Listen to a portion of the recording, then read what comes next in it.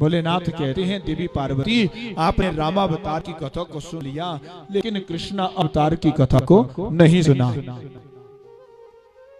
और जिसने कृष्ण अवतार की कथा को नहीं सुना वो कभी अमर हो ही नहीं सकता। इसीलिए तुम्हारा जन्म भी होता रहेगा और तुम्हारा मरण भी होता रहेगा। उस मृगशाला के नीचे जो 2 कबूतर के अंडे निर्जीव अवस्था में पड़े थे, जो दबे थे, वो भी बाहर आकर के कबूतर बनकर के गुटरगू करने लगे। भोलेनाथ जी ने उनको कथा के प्रभाव से संचित हुए देखा तो उनको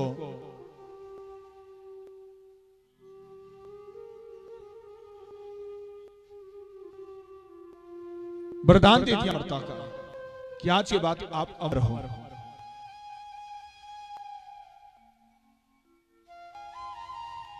अमरता का वरदान प्राप्त हो गया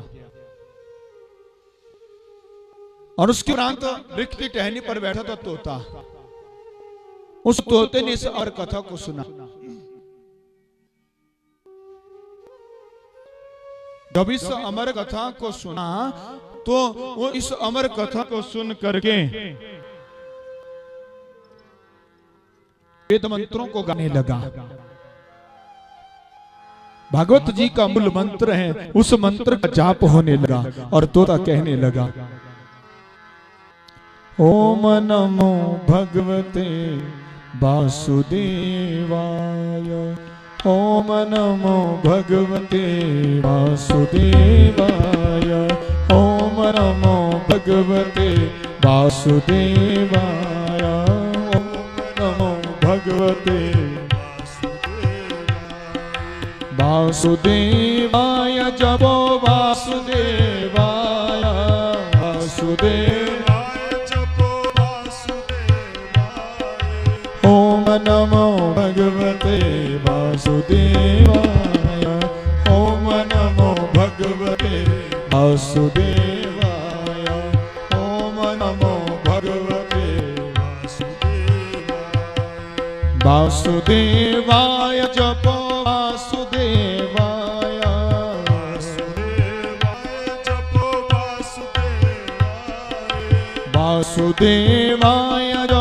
वासुदेवाय, जपो वासुदेवाय। ओम नमो भगवते वासुदेवाय, ओम नमो भगवते वासुदेवाय।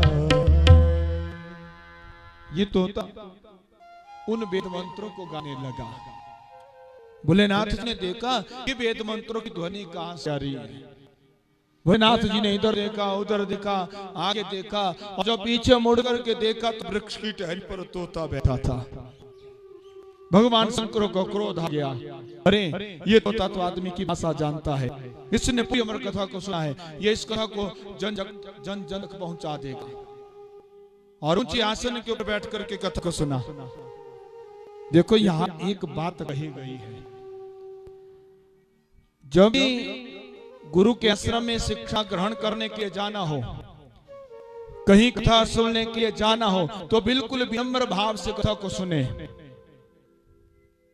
हाथ पांव को धो करके बिल्कुल मन शांत करके कथा को सुने।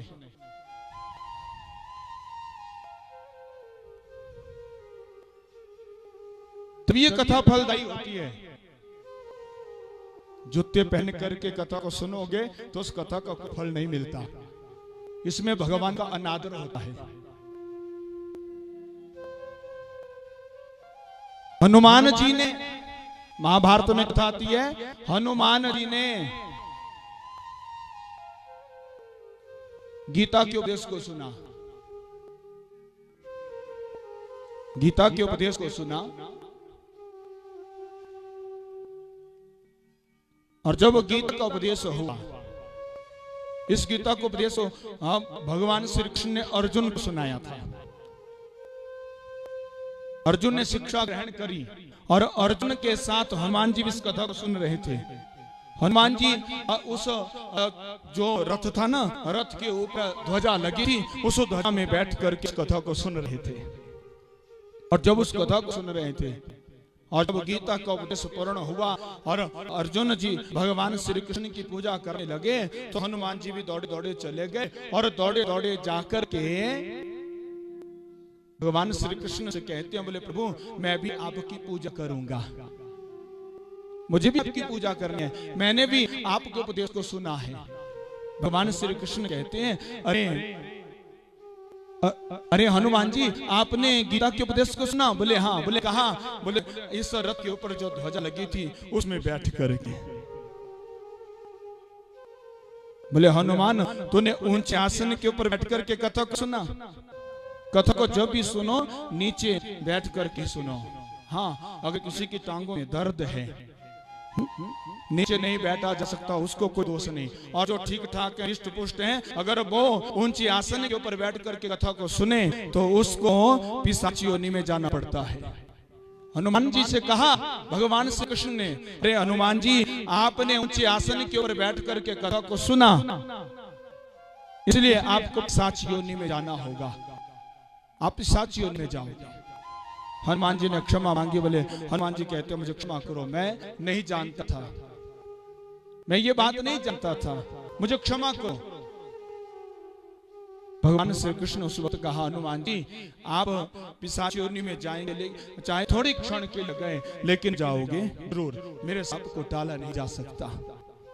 इसलिए इस बात का ध्यान रखना कि जब भी कथा शुरू होए तो जूते बाहर उतार दें और जूते बाहर उतार करके नीचे बैठ करके कथा को सुने, तभी ये कथा फलदायी होती है, ऐसे नहीं होती। ये भगवान का अनादर होता है। जूते चप्पल पहन करके कुर्सी पे बैठ करके अगर कथा को सुनोगे तो वो अच्छी नहीं होती, उसका फल अच्छा नहीं होता।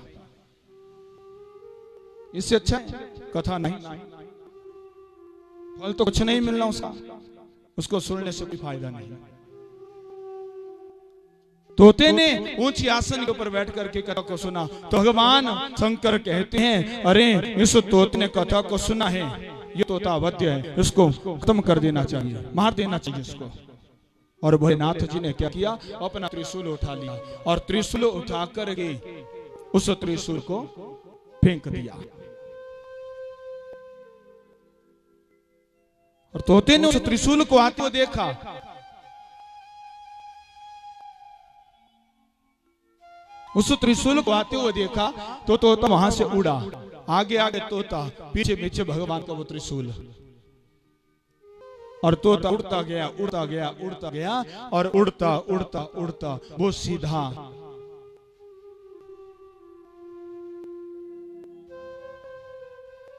व्यासी के आश्रम में पहुंचा।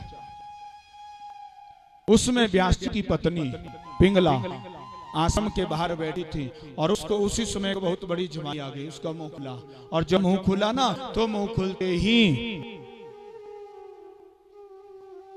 ये तोता पिंगला के गर्भ में मुंह के द्वारा प्रवेश कर गया, गर्भ में प्रवेश कर गया। और जब गर्भ में प्रवेश किया तो 1 दिन हो गया, 2 दिन हो गए, 3 दिन हो गए, 4 दिन हो गए, 5 दिन हो गए, 6 दिन हो गए। ऐसे दिन होते होते होते होते 1 महीना, 2 महीना, 3 महीना, 4 महीना, 5 महीना, 1 वर्ष हो गया। वर्ष होते होते पूरे 12 वर्ष हो गए थे।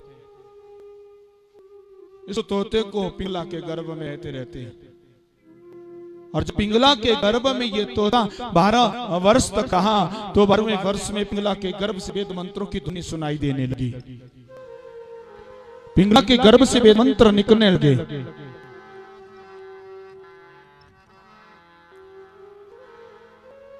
और वो तोता भीतर बैठ करके वेद मंत्रों को गाने लगा।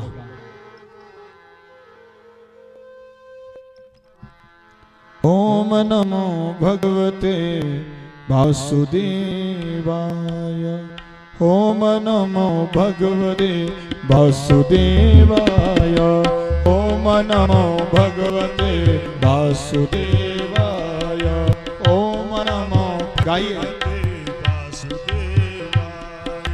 वासुदेवाय जपो वासुदेवाय,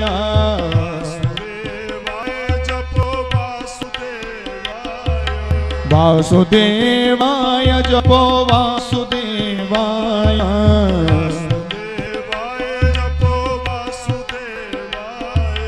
ओम नमो भगवते वासुदेवाय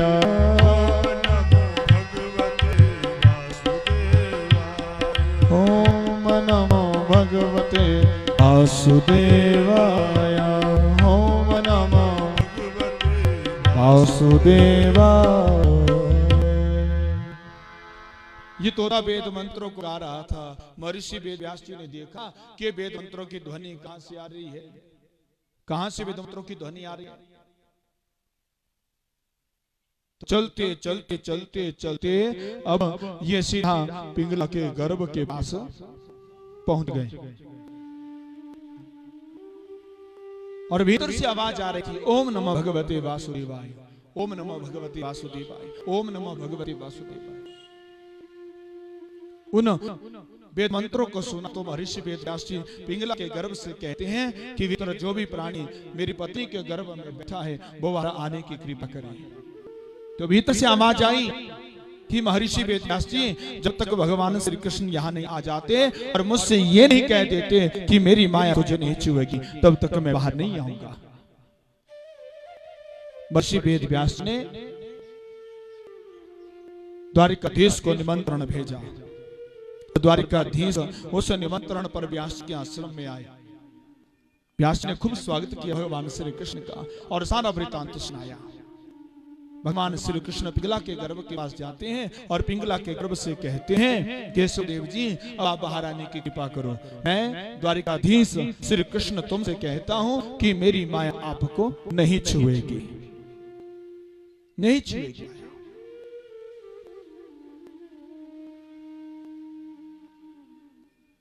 जब ये बात सुदेव जी ने सुनी तो उसी समय अपनी माँ के गर्भ से वो प्रकट हो गए।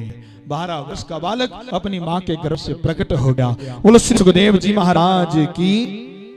ये सुखदेव जी 12 वर्ष जन्म लिया, अपनी माँ के गर्भ से प्रकट हुए और प्रकट होते ही अभी उनकी नाभि नहीं छूटी थी, उसी को अपने तन पर लपेट दिया और उसका यज्ञ पवित्र संस्कार कर लिया। यज्ञ पवित्र संस्कार करके अब सुखदेव जी महाराज वहां से चल पड़े संन्यास लेने के लिए। महर्षि वेद व्यास जी ने देखा अभी अभी पुत्र का जन्म हुआ और वो संन्यास लेने के लिए चल पड़ा। सुखदेव जी ने भगवान श्री कृष्ण को प्रणाम किया था और वहां से निकल गए थे और महर्षि वेद व्यास जी अपने पुत्र के पीछे चल पड़े। हे पुत्र, हे पुत्र, हे पुत्र, कहां जा रहे हो? हे पुत्र कहते हुए जा रहे थे पीछे से। तो सुखदेव जी सूखे वृक्षों में समा करके अपने पिता से कहते हैं कि कौन बाप और कौन पुत्र। इस अनादि काल में न जान कितनी बार मैं आपका पिता बना, आप मेरे पुत्र बने। साई नाता में कौन सा मानूं, अगर या पिछला। इस जन्म में आप मेरे पिता बने हैं।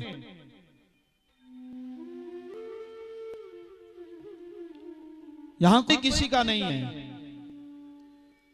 श्रीमद् भागवत जी में स्पष्ट लिखा हुआ है कि सर्व एवं सर्वेषां भवन्ति क्रम स्वामितः। ये सारा संसार मिथ्या है, झूठा है, अनित्य है।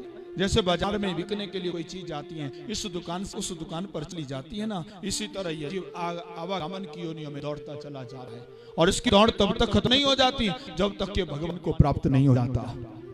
गंगोत्री की धारा है ना,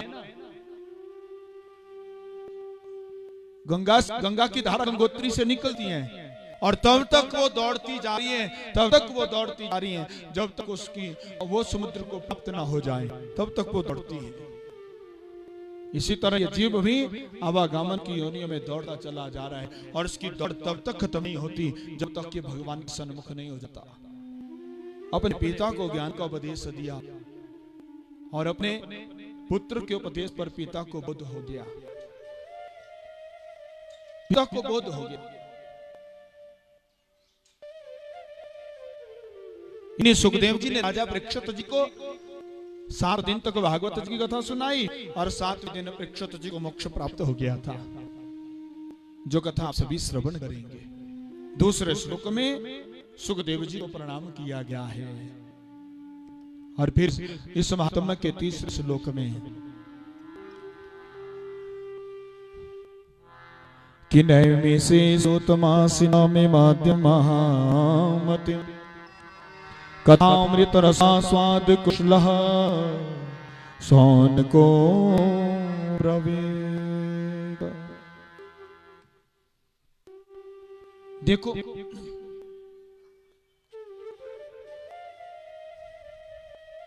एक समय भगवत कथामृत का रसपान करने में कुशल मुनिवर सनक जी नैमिषारण्य क्षेत्र में अपने आसन पर विराजमान पुराण और इतिहास के परम ज्ञाता श्री सूत को नमस्कार करके पूछा है, यहाँ कुशल सौन को आया है। श्रोता भी तीन प्रकार के कहे गए हैं। श्रोता जो भक्ति भाव से कथा को सुनते हैं उन्हें श्रोता कहते हैं। भक्ति भाव से जो कथा को सुने उसे श्रोता कहते हैं। और दूसरे श्रोता वे हैं जो कतर कतर कतर जुबान चलाते हैं, वे दूसरे श्रोता हैं। और तीसरा श्रोता कौन है? तीसरा श्रोता वो होता है जो कथा में आ जाता है और कथा में आकर के सो जाता है। ये तीन श्रोता कहे गए। देखो श्रीमद् भागवत जी में श्रोता शब्द सर्वप्रथम श्री सौनक जी को ही आता है। और भी हैं, उद्धव जी हैं, उनका नाम भी आता है। श्रीमद् भागवत में, श्रीमद् भागवत गीता में पांडु नंदन अर्जुन और रामचरितमानस में पक्षीराज गरुड़ जी, काकभूषणी जी आदि हैं।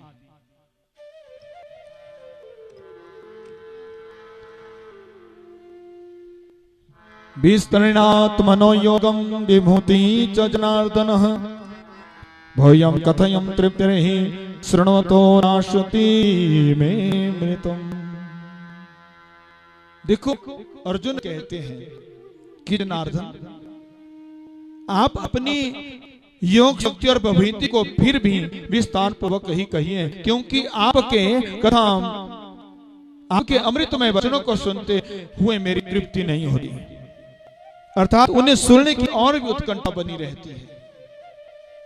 लंका कांड में नाग फांस काटने के बाद गरुड़ जी को भ्रम हो गया था, तो भगवान श्री शंकर जी के समझाने पर गरुड़ जी काकभूषणी के आश्रम पर गए और जैसा शिव जी ने बतलाया था उसे देख करके उनका रोम रोम खिल उठा था।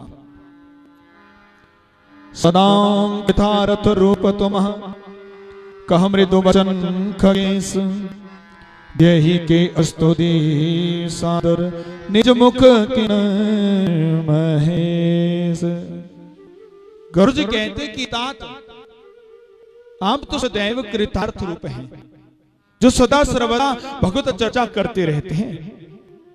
भगवान शंकर जी ने अपने मुख से आपकी प्रशंसा की है, यह सुनकर के काकभूषणी जी ने कहा है,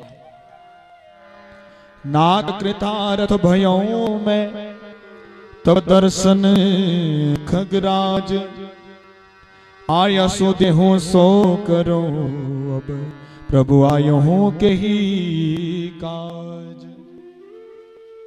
कि गरुड़ जी आज आपके दर्शन पाकर मैं कृतार्थ हो गया।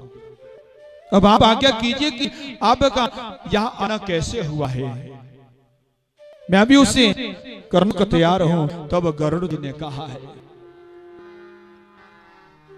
सुनहु तात जेहि कारण आयो, सुनहु तात जेहि कारण आयो, सो सब भयो तरस तब पायो, सो सब भयो तरस तब पायो। देखी परम पावन तब आश्रम गयो मोह सयनाना भ्रम। अब श्री राम कथा अति पावन सदा सुखद दुख पुंजन सावनी। सादर तात सुनाऊं मोहि बार बार बिन प्रभु तो। ये बात सुनिए जिस कारण से मैं आया था, और वह तो आपका दर्शन पाते ही पूरा हो गया। और आपके इस परम पवित्र आश्रम को देख के मेरा मोह, संशय और भ्रम जाता रहा। इसलिए अब आप कृपा करके रघुकुल शिरोमणि श्री राम जी की परम पवित्र और तथा सदा सुख देने वाली तथा सभी प्रकार के दुखों का नाश करने वाली कथा कहिए। हे तात, हे प्रभु, मैं आपसे बार बार यही विनती करता हूँ। बोल वृंदावन बिहारी लाल की। और भागवत जी में अज्ञानांत विध्वंस कोटि सूर्य समप्रभ सुराख्यायी कथा सानो मम कर्णे रसायनम भक्ति विज्ञान विरागापतो विवेको वर्तते महान माया मोह निराश्च वैष्णवै क्रियते कथम। सौनक जी कहते हैं कि सूत जी, आपका ज्ञान अज्ञान अंधकार का नाश करने के लिए करोड़ों सूर्य के समान है।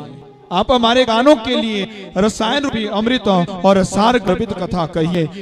भक्ति ज्ञान और वैराग्य से प्राप्त होने वाले महान विवेक की बुद्धि किस प्रकार होती है और वैष्णव लोग किस प्रकार इस माया मोह से अपना पीछा छुड़ाते हैं। इस घोर कली काल में जी प्राय आसुरी स्वभाव वाले हो गए हैं तथा विविध प्रकार के क्लेशों से पीड़ित इन जीवों को शुद्ध बनाने का सर्वश्रेष्ठ उपाय क्या है, अथवा जो सबसे कल्याणकारी और पवित्र करने वालों में भी पवित्र हो और हमें भगवान श्री कृष्ण की प्राप्ति कराते हैं।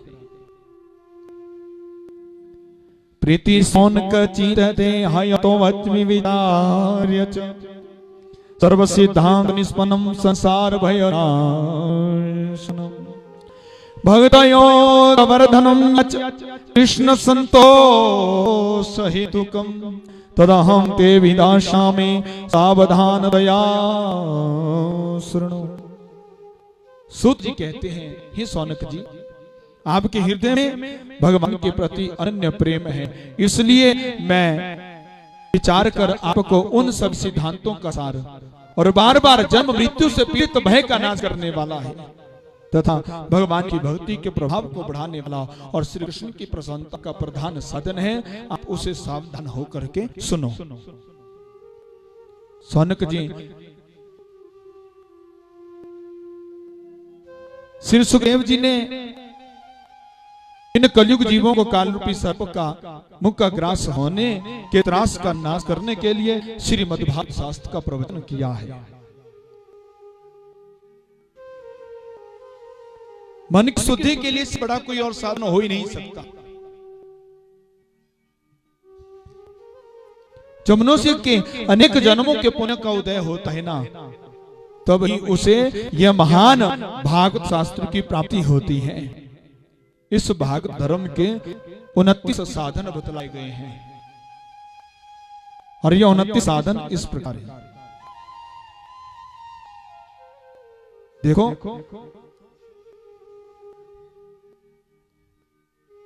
सबसे पहले जो साधन है वह सत्य, दूसरा साधन है दया, तीसरा साधन है तपस्या, चौथा शौच, पांचवा तितिक्षा, छठा उचित अनुचित का विचार, सातवां मन का संशय,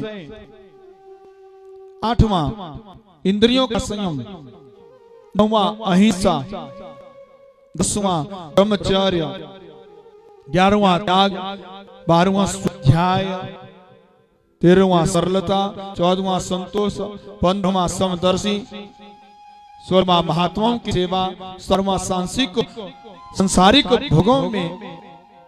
भोगों से निवृत्ति, 18वां अभिमान को त्यागना, 19वां मौन, 20वां आत्मचिंतन, 21वां सामान्य भाग, 22वां सभी जीवों में ईश्वर भाव, 23वां कथा सुनना, 24वां कीर्तन करना, 25वां प्रभु का स्मरण करना, 26वां प्रभु की सेवा पूजा करना, 27वां नमस्कार करना, 28वां दास्य भाव रखना, और 29वां जो है वो है आत्मसमर्पण।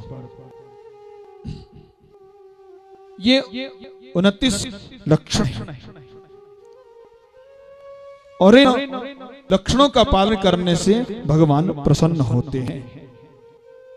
सूत जी कहते हैं, हे सौनक जी, जिसमें व्यास जी ने सुदेव जी राजा परीक्षित जी को अपनी कथा सुनाने के लिए परम वैष्णवों की सभा में अपने आसन पर विराजमान हुए ही थे, उस समय क्या हुआ, देवता अमृत का कलश लेकर के आ गए और अमृत का कलश लेकर के आए और सुदेव जी के पास उस अमृत के कलश को दे दिया और सुदेव जी से कहा, बोले आप ऐसा करें कि इस अमृत को राजा परीक्षित जी को पिला दें और उसके बदले में आप हमें भागवत जी की कथा को प्राप्त करवा दें। सुखदेव जी ने कहा, मैं राजा परीक्षित जी से पूछ लेता हूं। सुखदेव जी ने राजा परीक्षित जी से पूछा कि राजा परीक्षित, मुझे ये बताओ कि आप कौन सा अमृत पीना चाहते हो, इन देवताओं का लाया हुआ अमृत पीना चाहते हो या मेरे मुख से गाई गई कथा का अमृत पीना चाहते हो, कौन सा अमृत पीना चाहते हो? सुखदेव जी ने जब इस प्रकार कहा तो परीक्षित जी कहते हैं, बोले महाराज, इन अमृत में कौन कौन सा फल छुपा है? बोले देवताओं का लाया हुआ अमृत अगर आप पियोगे तो आप अमर हो जाओगे, अगर मेरे मुख से गाई गई कथा का अमृत पियोगे तो आपको मोक्ष प्राप्त हो जाएगा। अब आप बतलाओ कि आपको कौन सा अमृत पीना है? सुखदेव जी से परीक्षित जी कहते हैं, हे प्रभु, मुझे अमृत पीना है, इन देवताओं का लाया हुआ नहीं, आपके मुख से गाई गई कथा का अमृत पीना है, मुझे आपके मुख से गाई गई कथा का अमृत पीना है।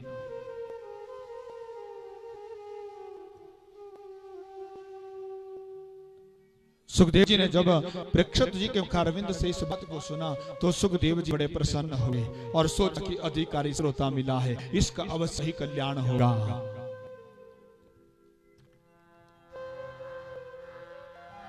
भक्तांश्च विज्ञाय ददौस कथामृतम् श्रीमद्भागवती भारता सुराणामपि दुर्लभा। देवताओं को भक्ति शून्य जा करके उनको कथा का अमृत दान नहीं दिया। ये जो भागवत की कथा है ना, ये देवताओं के लिए भी दुर्लभ है। देवता लोग भी इसे पाने के लिए तरसते हैं। ये जो देवता होते हैं भोगी होते हैं और भोगी व्यक्ति को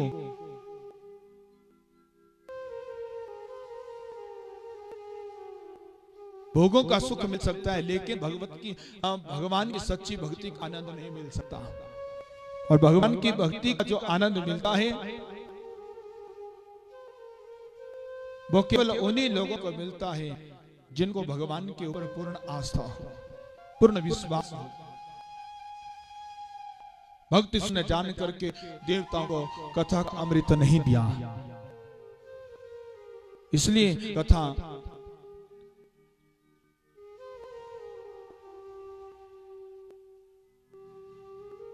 देवताओं के लिए भी दुर्लभ है।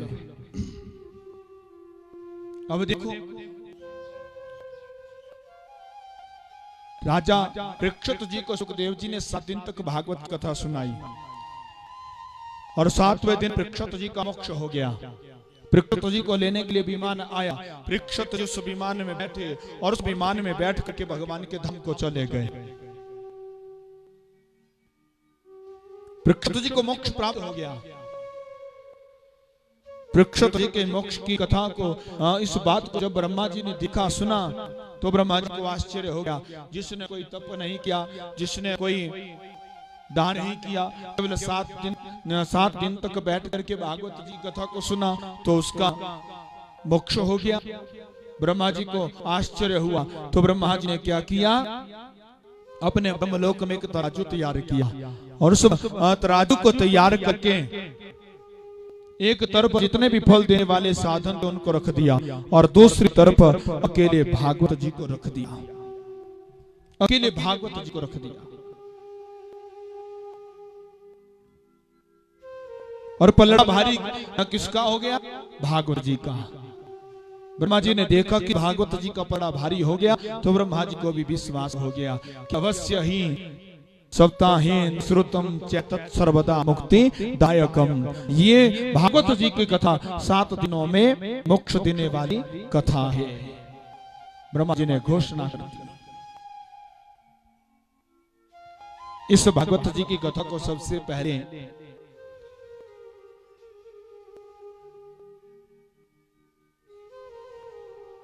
सनकादिशियों ने देवर्षि नारद जी को सुनाया था।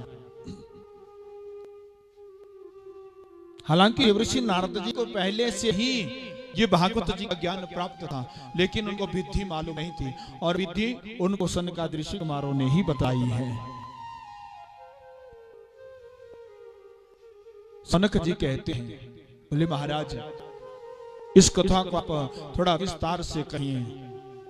जो ऋषि पागल गूंगे जड़ के समान विचरण करते रहने वाले थे, उनकी एक जगह लगातार 7 दिन तक प्रीति कैसे बनी। और इधर देवर्षि नारद जी जो कर्मकांड के पचड़े में फंसने वाले नहीं थे, उनका मन भी कैसे इस कथा में लगा। आप हमें कृपा करके सुनाइए।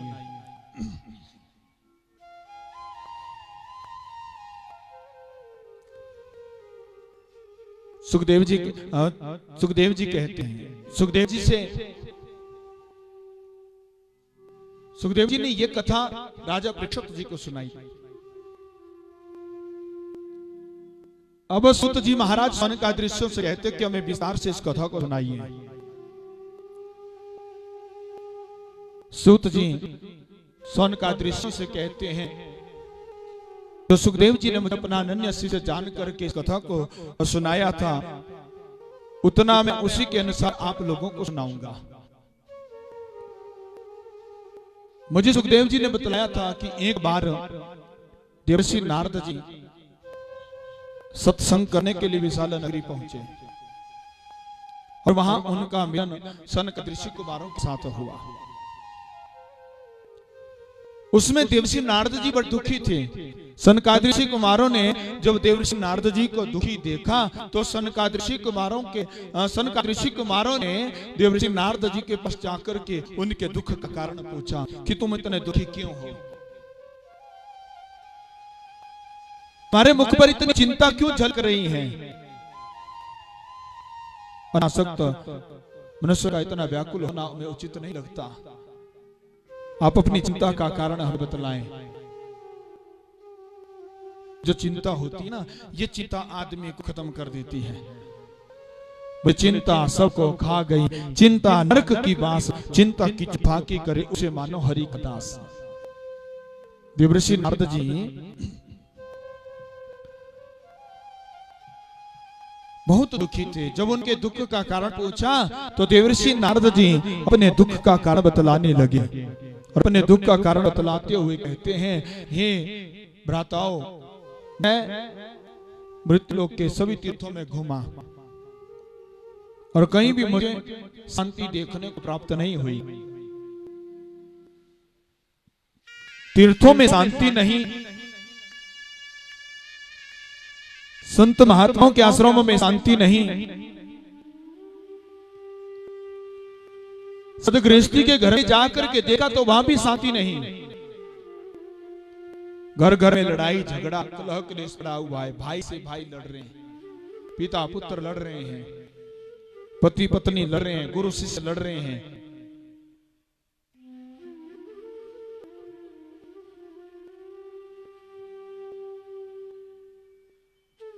ऋषि मुनियों का ये भारत देश सदा शांत रहने वाला आज इतना अशांत क्यों है। देवर्षि नारद जी अपने प्रश्नों का उत्तर स्वयं ही सनकादिशी कुमारों को देने लगे। हे माताओं, गहरे सोच विचार के बाद मैं इस निष्कर्ष पर पहुंचा हूं कि इस धरा पर कलयुग ने अपना प्रभाव जमा लिया।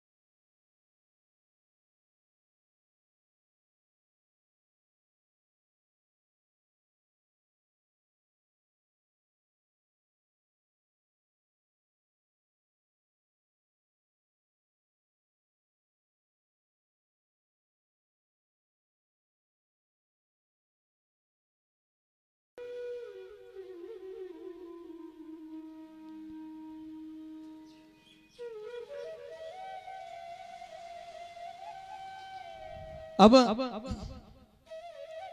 देवर्षि नारद कह रहे हैं,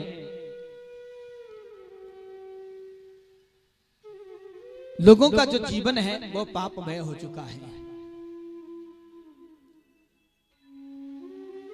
इसी 505 में घूमता घूमता घूमता मैं पावन वृंदावन धाम में पहुंचा, और जब पावन वृंदावन धाम में पहुंचा तो वहां मुझे एक और ही कौतुक देखने को प्राप्त हुआ। मैंने वहां एक स्त्री को देखा जिसकी गोदी में 2 वृद्ध पुरुष पड़े हुए थे और बहुत सी स्त्रियां उसके इर्द गिर्द बैठी हुई थी, उसकी सेवा कर रही थी। जब मैंने इस चित्र को देखा तो मैं उसके पास चला गया और वह युवती मुझे देख करके हाथ जोड़ करके खड़ी हो गई और व्याकुल होकर के कहने लगी कि भो भो साधु क्षण तिष्ठम चिंतामपि नाशय दर्शनम तब लोकस्य सर्वथा घरम परम। युवती ने कहा कि महात्मा जी कृपया आप क्षण भर यहाँ ठहर जाइए और मेरी चिंता को भी नष्ट कर दीजिए। आपका दर्शन तो संसार के सभी पापों को सर्वथा नष्ट करने वाला है। आपके दर्शन से मेरे मन को संतोष मिला है। जो मनुष्य का बड़ा भाग्य होता है तभी आपके दर्शन होते हैं। नारद जी ने कहा तो मैंने उस युवती से पूछा कि देवी तुम कौन हो, तुम कौन हो और तुम्हारी गोदी में जो वृद्ध पुरुष पड़े हैं ये कौन हैं, और ये जो देवियां तुम्हारे इर्द गिर्द बैठी हैं ये सब कौन हैं, और तुम कहां की रहने वाली हो।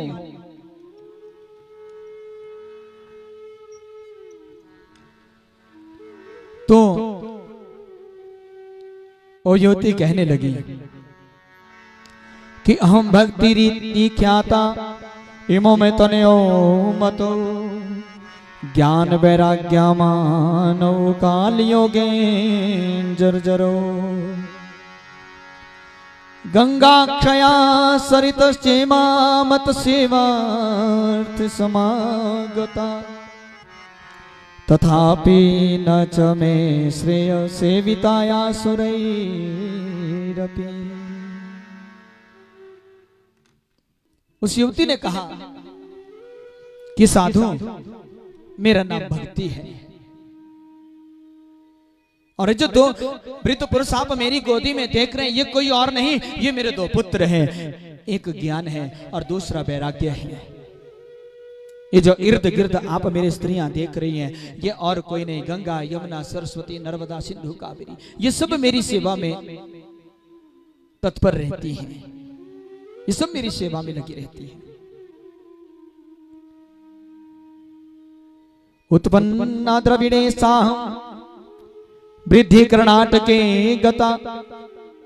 मेरा जो जन्म हुआ वो द्रविड़ देश में हुआ, दक्षिण भारत में, और महाराष्ट्र में मेरा पालन पोषण हुआ।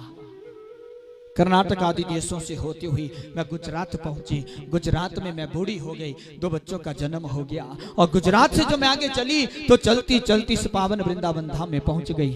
और जब इस पावन वृंदावन धाम में पहुंची यहाँ मैं जवान हो गई, लेकिन मेरे ये तो पुत्र बूढ़े हो गए। ये देवर्षि नारद जी अब आप मेरे से दुख को दूर कर दीजिए जिसके कारण मेरे दोनों पुत्र पुनः तरुणावस्था को प्राप्त हो जाए।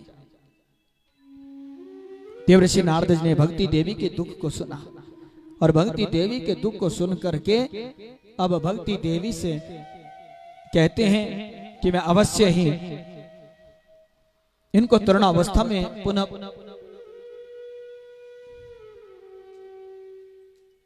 प्रकट करवा दूंगा। जितने भी फल देने वाले साधन थे वो किए। थोड़ी देर उनको तरुणा तो आई, चेतना तो आई, लेकिन दोबारा वैसे के वैसे।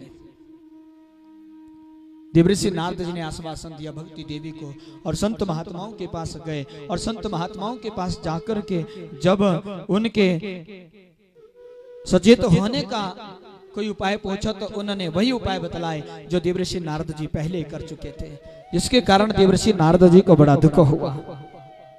और जब देवर्षि नारद जी को बड़ा दुख हुआ तो देवर्षि नारद जी चिंता में हुए। तो उसी समय आकाशवाणी हुई कि देवर्षि नारद जी तुम चिंता ना करो, यहाँ से सीधे देवद्री विशाल चले जाओ, वहां तुम्हारा मिलन सनकादिक ऋषि कुमारों के साथ होगा, वहीं तुम्हारा और भक्ति देवी का उद्धार करने का उपाय तुम्हें बतलाएंगे। हे बराताओ, उस आकाशवाणी को सुनकर के मैं यहाँ आया हूँ, अब आप मुझे बतलाओ कि उस भक्ति देवी के दुख को मैं दूर कैसे करूं। तो सनकादिक ऋषि कुमार देवर्षि नारद हुए, उनका एक नियम था, या तो उनको भागवत की कथा कोई सुना दे या कोई उनसे भागवत की कथा सुन ले। ये जो सनकादिक ऋषि कुमार है ना, ये सनकादिक ऋषि कुमार चार हैं, सनक सनंदन सनातन सनत कुमार, हमेशा भगवान की भक्ति में डूबे रहते हैं और हमेशा गुनगुनाते रहते हैं। हरि शरणम हरि शरणम हरि शरणम हरि शरणम हरि शरणम हरि शरणम हरि शरणम हरि शरणम हरि शरण है सदा तेरे रहेंगे हम।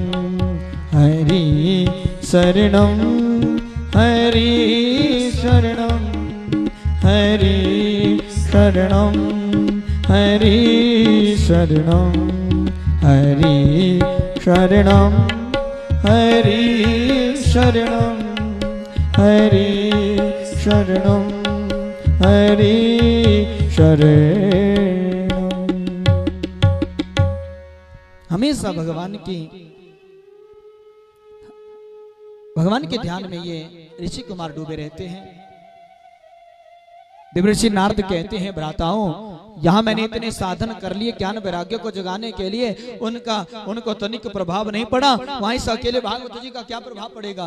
बोले जहां तुम इतने साधन कर चुके हो, वहां एक इस भागवत जी को भी करके देख लो, इस भागवत जी को करके भी देख लो। ऋषि कुमारों ने देवर्षि नारद जी से कहा कि तुम यहाँ से सीधा हरिद्वार में चले जाओ और हरिद्वार में जाकर के आनंद नामक तट के किनारे भागवत जी की कथा का आयोजन करो, हम भी वहीं पे पधारेंगे। देवर्षि नारद जी ने ये बात सुनी और इस बात को सुन करके देवर्षि नारद जी हरिद्वार में चले गए, वहां आनंद नामक तट के किनारे कथा का आयोजन कर दिया। कथा का आयोजन हुआ, वहां पे बड़े बड़े संत राजा महाराजा पधारे, जो बच्चे थे उन्हें भृगु जी समझा बुझा करके ले आए।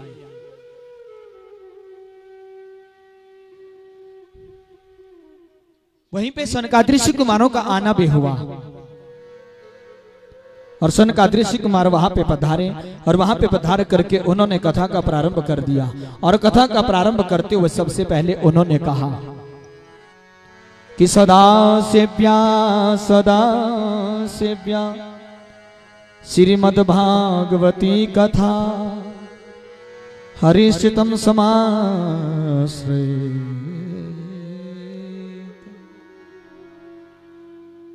कि सदा सेव्या किस भागवत जी का सदा सेवन करो, सदा सेवन करो। आप कहेंगे कि हमने एक बार भागवत की कथा सुन ली, 2 बार सुन ली, 3 बार सुन ली, 4 बार सुन ली, 5 बार सुन ली, अब ये भागवत जी की कथा बार बार क्या सुन ले, वही तो कथा होती है। लेकिन सनकादिक ऋषि कुमार कहते हैं कि सदा सेव्या श्रीमद् भागवती कथा यस्याः श्रवण मात्रेण हरिश्चितम समाश्रयेत। जब भागवत की कथा का प्रारंभ होता है ना, तो कथा का प्रारंभ होने से पहले ही भगवान सबके हृदय में आकर के विराजमान हो जाते हैं। हरिश्चितम, हरि सभी के हृदय में आकर के वास करते हैं। यस्या श्रवण मात्रेण हरिश्चितम समाश्रयेत। कथा शुरू होने से पहले ही, कथा श्रवण करने से पहले ही भगवान सबके हृदय में आकर के विराजमान हो जाते हैं। इस कथा का बार बार सेवन करो। जहां भी आपको सुनने को प्राप्त हो कि इस स्थान पर जो है भागवत की कथा हो रही है, तो वहां जाकर के भागवत जी की कथा को सुनो। बोल वृंदावन बिहारी लाल की। उसके उपरांत आगे चल करके महात्म्य की कथा को सुना रहे थे और महात्म्य की कथा को सुनाते सुनाते वहां पे भक्ति देवी ज्ञान वैराग्य अपने दोनों पुत्रों को लेकर के प्रकट हो गई। ज्ञान वैराग्य उस वक्त तरुणावस्था को प्राप्त हुए थे और कथा के बीच में प्रकट होकर के नाच गान करने लगी, गुनगुनाने लगी। क्या कहने लगी? श्री कृष्ण गोविंद हरे मुरारी, हे नाथ नारायण वासुदेवा। श्री कृष्ण गोविंद हरे मुरारी, हे नाथ नारायण वासुदेवा। श्री कृष्ण गोविंद हरे मुरारी, हे नाथ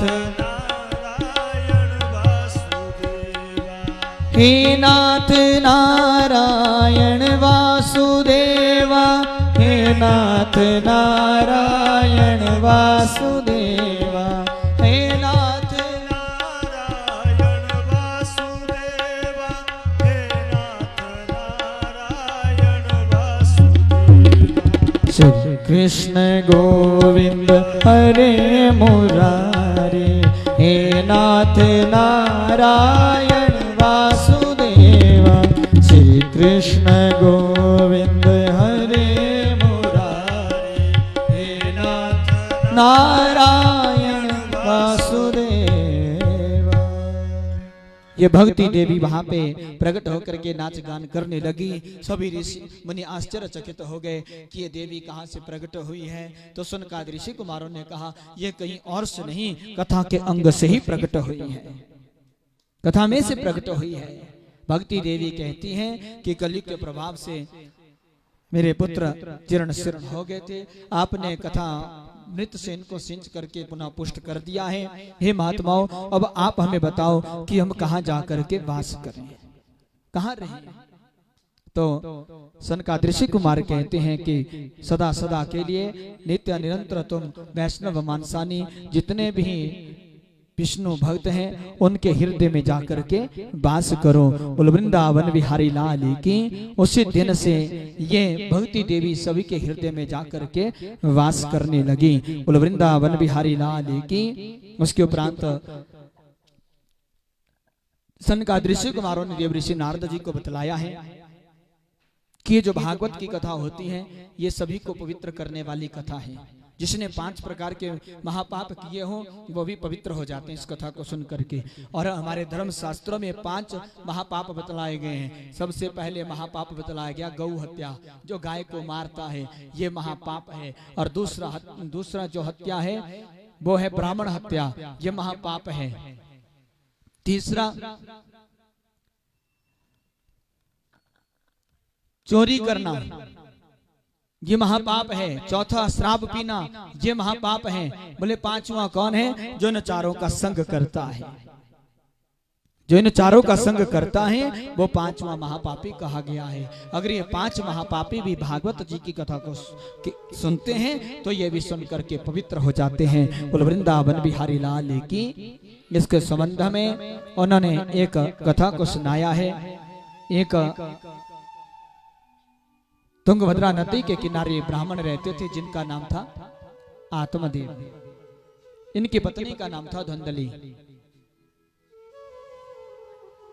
सब कुछ था इनके पास, कमी थी एक संतान की। इनके कोई संतान नहीं थी और संतान प्राप्ति के लिए इन्होंने बड़े बड़े उपाय किए लेकिन कोई संतान नहीं हुई। एक दिन आत्मदेव नामक ब्राह्मण वन के रास्ते से जा रहा था तो जाते जाते इसको प्यास लगी और प्यास से दुखी होकर के सरोवर के पास चला गया पानी पीने के लिए। जो वहां जाकर के पानी पिया तो वहां सोचने लगा कि भगवान ने मुझे सब कुछ दिया लेकिन संतान नहीं दी, अब जी करके भी मैं क्या करूंगा। और वहीं आत्महत्या करने लगा। जब आत्महत्या करने लगा तो वहां पे महात्मा जी आए। उन महात्मा जी ने उस आत्मदेव को आत्महत्या करने से रोक दिया। अरे आत्महत्या क्यों करता है? आत्महत्या करना महापाप है। आत्महत्या करना महापाप है। क्यों करता आत्महत्या? आत्मदेव कहता है महात्मा को देख करके कि महात्मा जी, भगवान ने मुझे सब कुछ दिया, अन्न दिया, धन दिया, लेकिन मुझे संतान नहीं दी, मेरे कोई पुत्र नहीं है। हर पुत्री पिता की सदगति करवाता है। पिता का पिंडदान वही करता है, पिता को अग्निदान वही करता है। मुझे कोई उपाय बतलाओ जिस उपाय से मेरे घर में संतान हो जाए। महात्मा कहते हैं, अरे आत्मदेव, तुम्हारे ऊपर भगवान की बड़ी कृपा है कि तुम्हारे संतान नहीं। अरे महात्मा जी, कोई संतान किसी को सुख नहीं देती, कोई किसी को मुक्ति नहीं दिलवाती, कोई किसी को सदगति नहीं करवाती। सदगति अपने किए हुए कर्मों से ही प्राप्त होती है। बच्चे तो हमेशा दुख देते हैं, रुलाते हैं। तुम्हारे ऊपर भगवान की बड़ी कृपा है कि तुम्हारे कोई संतान नहीं। आत्मदेव कहते हैं, महात्मा जी, आप महात्मा हो, आप गृहस्थ को क्या जाने, आप गृहस्थी नहीं तभी ऐसी बातें कह रहे हैं। मुझे आप पुत्र प्राप्ति का कोई उपाय बतलाए, नहीं तो मैं आपके सामने आत्महत्या कर लूंगा। महात्मा ने बहुत समझाया आत्मदेव को, लेकिन आत्मदेव नहीं माना। एक ही जिद पे अड़ा रहा कि मैं आत्महत्या करूंगा। तो महात्मा को भी दया आ गई और महात्मा ने अपनी झोली से एक फल निकाला और आत्मदेव को दे दिया। और आत्मदेव से कहा, बोले आत्मदेव, इस फल को लेकर के तुम घर चले जाओ और घर में जाकर के इस फल को अपनी पत्नी को खिला देना। तुम्हारी पत्नी के गर्भ ठहर जाएगा और तुम्हारे घर में सुंदर संतान की प्राप्ति हो जाएगी। आत्मदेव ने जब ये बात सुनी, बड़ा फूला, प्रसन्न हुआ और उस फल को लेकर के घर में चला गया और घर में जाकर के उस फल को अपनी पत्नी को दे दिया। और अपनी पत्नी धुंधली से कहा, बोले धुंधली, आप ऐसा करो, इस फल को खा जाओ। और इस फल को खाने से महात्मा ने कहा है कि तुम्हारे गर्भ ठहर जाएगा और हमारे घर में संतान की उत्पत्ति हो जाएगी। धुंधली ने फल लिया लेकिन खाया नहीं। वो धुंधली इस फल को लेकर के अपनी बहन के घर में चली गई और बहन के घर में जाकर के अपनी बहन से कहती है, बहना, जिस आफत से मैं हमेशा टलती थी वही मेरे ऊपर आकर के खड़ी हो गई। बोले कैसी आफत? बोले मैं नहीं चाहती थी कि मैं गर्भवती हो जाऊं, लेकिन मेरे पति एक फल लेकर के आए हैं और मुझसे कहते हैं कि इस फल को खा लो और तुम्हारे गर्भ ठहर जाएगा तो संतान हो जाएगी।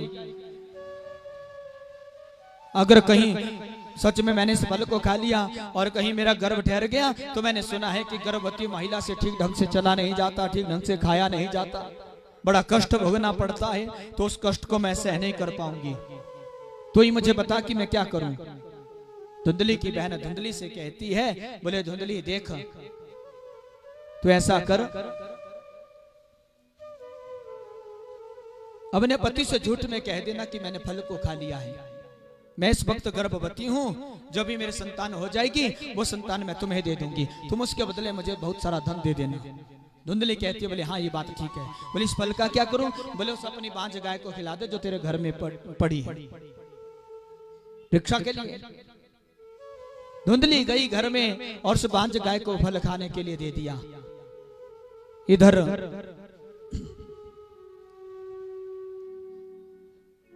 धुंधली अपने पति से कहती है कि स्वामी, लगता है कि मैं गर्भवती हूं और जब तक मेरे संतान न हो जाए तब तक मैं अपनी बहन के घर जाना चाहती हूं, वहां मुझे आराम भी मिलेगा।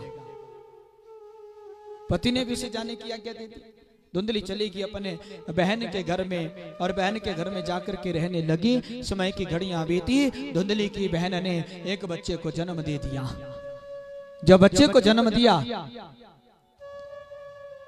तो उस बच्चे को धुंधली ने अपने पास ले लिया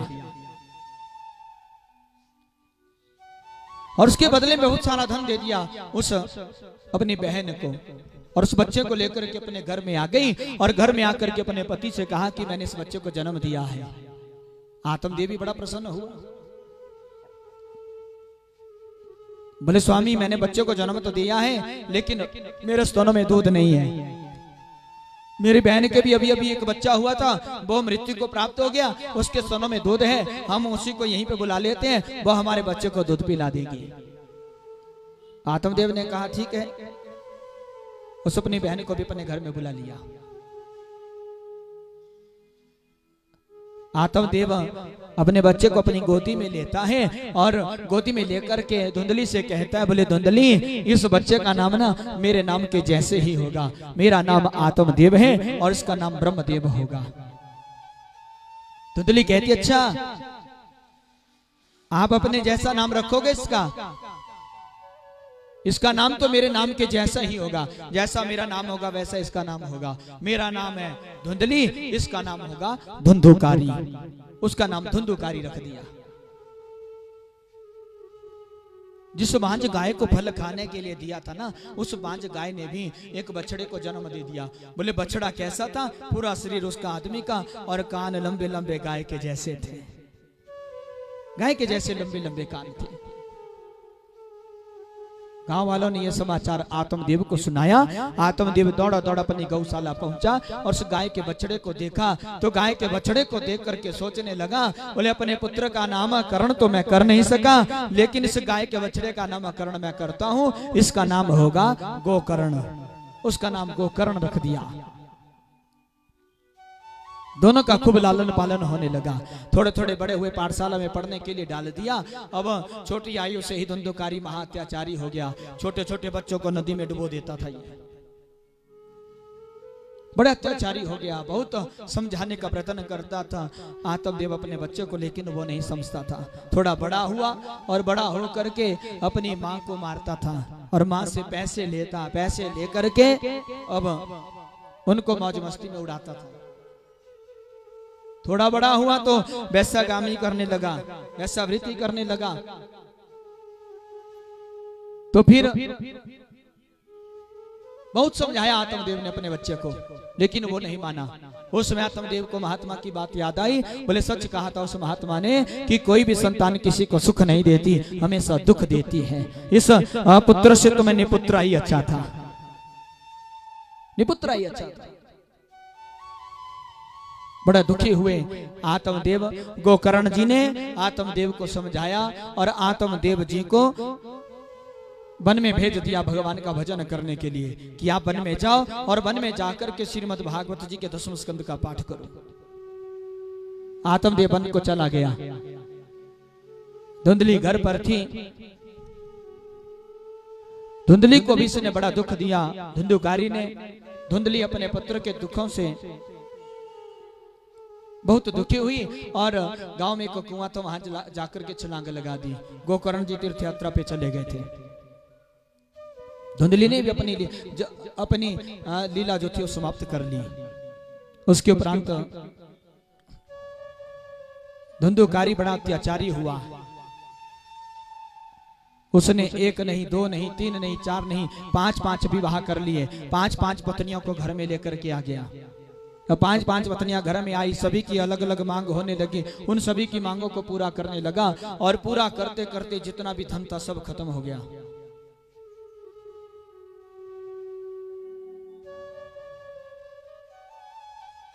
और फिर एक दिन धुंधुकारी ने पत्नियों की मांग को पूरा करने के लिए राजा के महल में जाकर के राजा के धन को चुरा लिया और घर आ गया। जो 5 पत्नियों को पता चला कि धुंधुकारी ने राजा के धन को चुराया है, जब राजा को इस बात का पता चलेगा तो इसके साथ साथ हमें भी सजा भोगनी पड़ेगी। इसलिए 5 पत्नियों ने मिलकर के क्या किया, उस धुंधुकारी को ही मौत के घाट उतार दिया।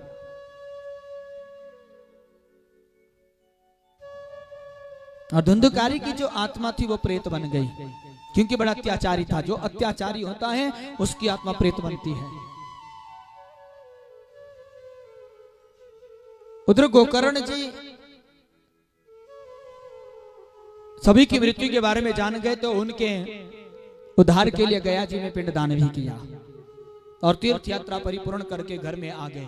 और घर में जब आए ना तो घर में आकर के एक दिन जब गोकर्ण जी सो रहे थे तो धुंधुकारी की प्रेत आत्मा आई और ये प्रेत आत्मा धुंधुकारी जी को धुंधुकारी प्रेत आत्मा में गोकर्ण जी को डराने लगा।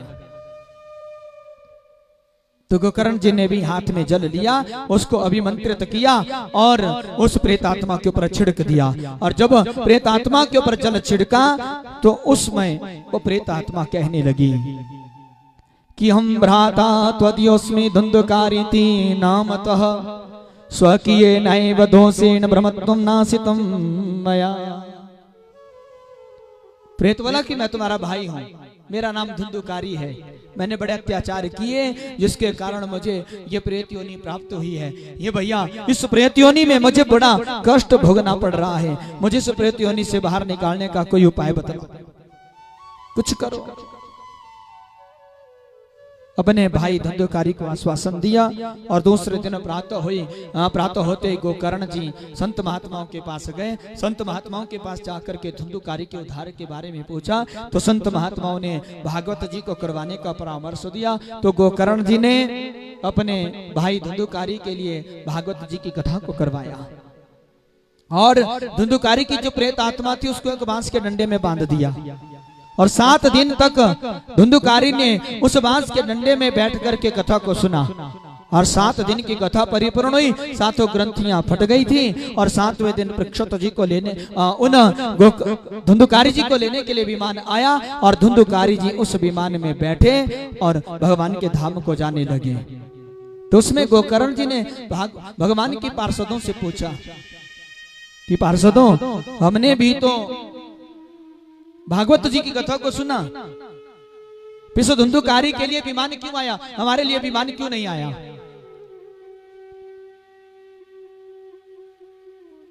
भगवान के पार्षद कहते हैं आप सभी ने कथा को सुना लेकिन किसी का ध्यान इधर होता था, किसी का ध्यान उधर होता था, किसी ने ध्यान से कथा को नहीं सुना। इस धुंधुकारी ने ध्यान से कथा को सुना है, इसलिए इसको लेने के लिए विमान आया है, इसको लेने के लिए आया विमान। अगली बार जब तुम कथा को पुनः करोगे तो सभी ध्यान से कथा को सुनना और सभी को लेने के लिए एक विमान जरूर आएगा। धुंधुकारी जी विमान में बैठ करके भगवान के धाम को चले गए। आगे चल करके गोकर्ण जी ने दोबारा अगले महीने में इस कथा को प्रारंभ कर दिया था। इस बार तो पहले से भी ज्यादा श्रोतागण उस कथा को सुनने के लिए आए और सभी ने ध्यान से कथा को सुना और सभी ने ध्यान से कथा को सुन करके भगवान की कृपा को प्राप्त किया। सभी को लेने के लिए एक एक विमान आया और सभी उस विमान में बैठ करके भगवान के धाम को प्रस्थान कर गए। बोल वृंदावन बिहारी लाल की। सभी का उद्धार प्रभु ने कर दिया। एक महात्मा के द्वारा दिए गए फल से जो पुत्र प्राप्त हुआ था उसने अपने घर वालों को तो तारा ही, लेकिन सारे गांव वालों को भी तार दिया। वासना फल स्वरूप जो पुत्र पैदा हुआ था ना, उसने अपने घर को नरक तो बनाया ही था, सारे नगर को नरक बना करके रखा हुआ था।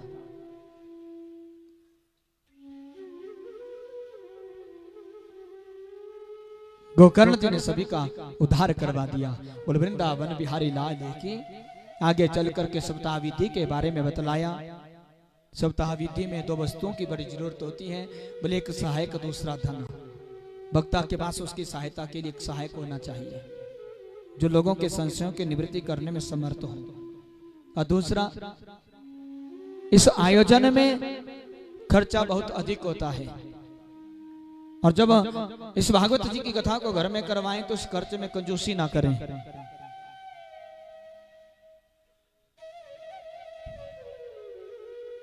उदार चित्त से भगवान का भजन करें और भगवान की कथा को करवाएं। पहले तो किसी विद्वान से मुहूर्त निकलवा लेना चाहिए, उस शुभ मुहूर्त में ही भागवत जी की कथा को करवाना चाहिए।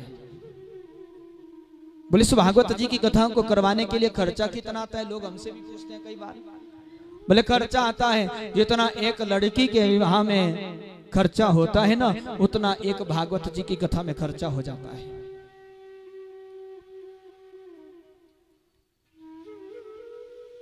कथा को करवाने के लिए शुभ मुहूर्त जान लेना चाहिए।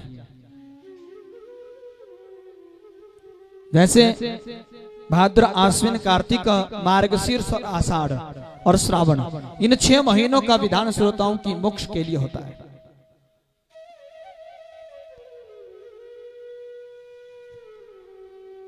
कथा का आयोजन घर में करो चाहे मंदिर में करो, जगह जगह निमंत्रण भेजने चाहिए, सभी को कथा सुनने के लिए बुलाना चाहिए। और कथा श्रोताओं के ठहरने की, उनके भोजन की व्यवस्था होनी चाहिए। कथा के साथ साथ कीर्तन भी होना चाहिए, कीर्तन भी करना चाहिए, तभी भगवान प्रसन्न होते हैं। कथा के समय में तेल, हींग, लहसुन, प्याज ये सब वर्जित होते हैं, ये नहीं खाना चाहिए। पत्तों पर भोजन करना चाहिए, नीचे सोना चाहिए, तभी ये कथा फलदायी होती है। ब्रह्मचर्य का पालन होना चाहिए। शक्ति हो तो 7 दिन उपवास रखें, नहीं तो फलाहार भी ले सकते हैं। अगर फिर भी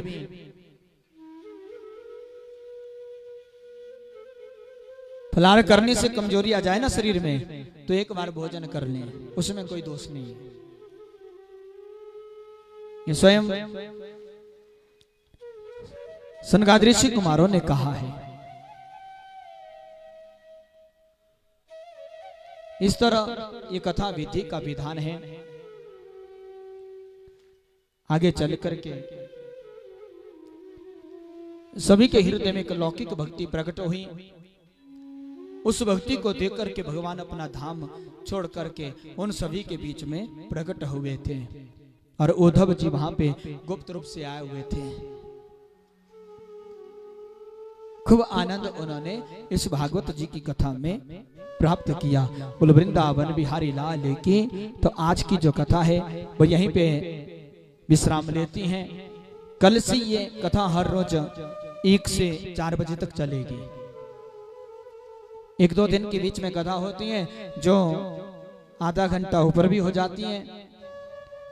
तो आप सभी ने बड़े प्रेम पूर्वक यहाँ पे आना है और यहाँ आकर के इस कथा का बड़े आनंद पूर्वक जो है श्रवण करना है। बोलो वृंदावन बिहारी लाल की, बोलो आनंद कंद भगवान की, बोलो सच्चिदानंद भगवान की। तो आज की कथा यहीं पे विश्राम लेती हैं। भगवान की आरती सभी बड़े प्रेम पूर्वक उतारना और भगवान से प्रार्थना करना कि प्रभु आपकी भक्ति और आपकी कथा यूं ही हमें बार बार जो है प्राप्त होती रहे।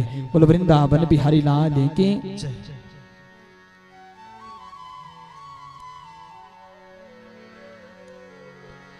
कर्पूर गौरम करुणावतारम संसार सारम भुजगेन्द्रहारम सदा वसंतम हृदय हरविंदे भवम भवानी सहितम नमामि। बोलो वृंदावन बिहारी लाल की।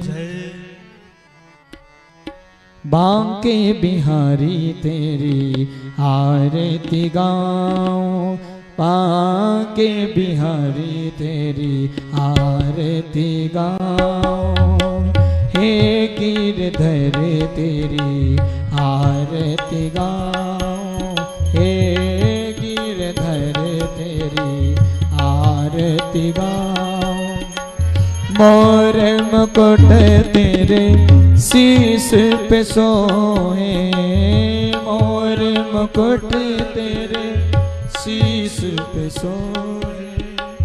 प्यारी बंसी मेरो मन मोहे, प्यारी बंसी मेरो मन मोहे। बलि बलि जाऊं श्री बांके बिहारी तेरी आरती गाऊं, गिरधर तेरी आरती। चरणों से निकली गंगा प्यारी, चरणों से निकली गंगा प्यारी। जिसने सारी दुनिया तारी, जिसने सारी दुनिया तारी। उन चरणों में मैं शीश नवाऊं, उन चरणों में मैं शीश नवाऊं। श्री बांके बिहारी तेरी आरती गाऊं, हे गिरधर तेरी आरती गाऊं। दास अनाथ के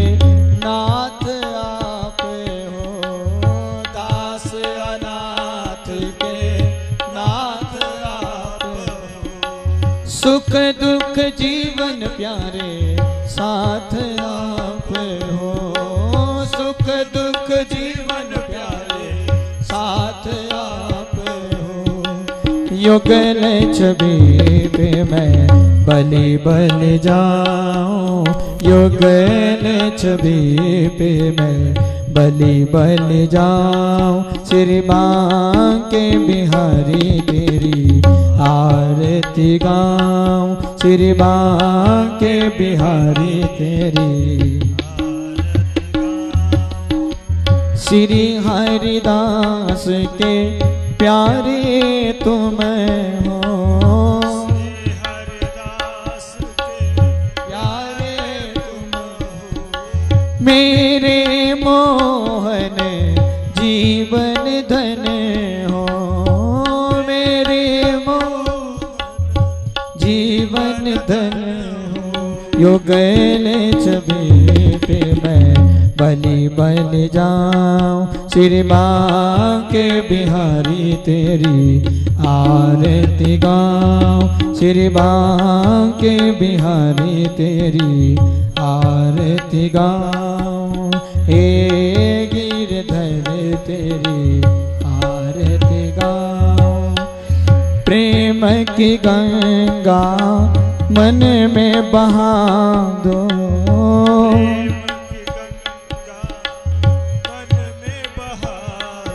ओ प्रेम की गंगा मन में बहा दो, मन में बहा दो।